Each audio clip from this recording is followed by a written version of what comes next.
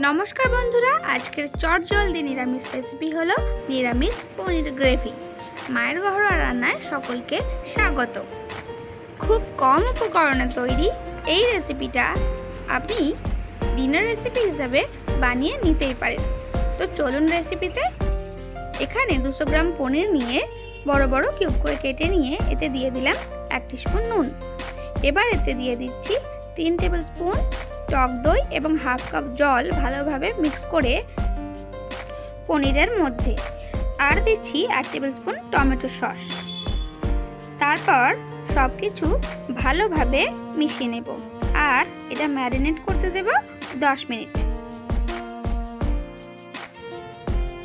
কড়াইতে এর preparation time কিন্তু একেবারে 5 মিনিট।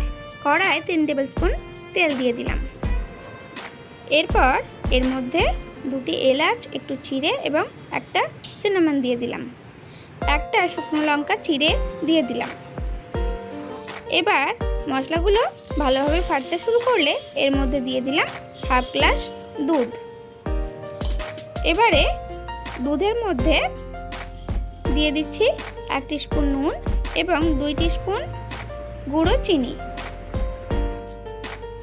এবারে দুধটা ভালোভাবে ঘন হয়ে আসা পর্যন্ত অপেক্ষা করতে হবে। ভালোভাবে নাড়াচাড়া করতে করতে এটা ঘন হয়ে এলে এর মধ্যে ম্যারিনেট করা পনিরটা দিয়ে দেব। তারপর একেবারে হালকা করে নেড়েচেড়ে দেব। তারপর এটাকে 2 মিনিট ভালোভাবে ফুটতে দেব। এটা ফুটতে শুরু করলে এর মধ্যে দিয়ে দেব ক্রাশ করা হাফ টিস্পুন গোলমরিচ। 2 মিনিট মতো এই গ্রেভিটা ভালোভাবে ফুটলে ঘন হয়ে আসবে আর ঘন হয়ে গেলেই আমাদের এই নিরামিষ পনির গ্রেভি একেবারে তৈরি হয়ে যাবে।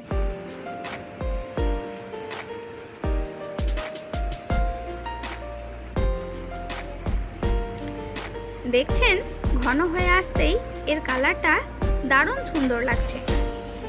আমাদের নিরামিষ পনির গ্রেভি রেডি। এবার গ্যাস বন্ধ করে সার্ভ করে নেওয়ার পালা। এটা গরম গরম ডিনারে রুটি পরোটা বা কোনো স্পেশাল দিনে ফ্রাইড রাইস পোলাওয়ের সাথে দারুণ লাগবে আর এটা ঝটপট হয়েও যাবে। রেসিপিটি ভালো লাগলে অবশ্যই জানাবেন।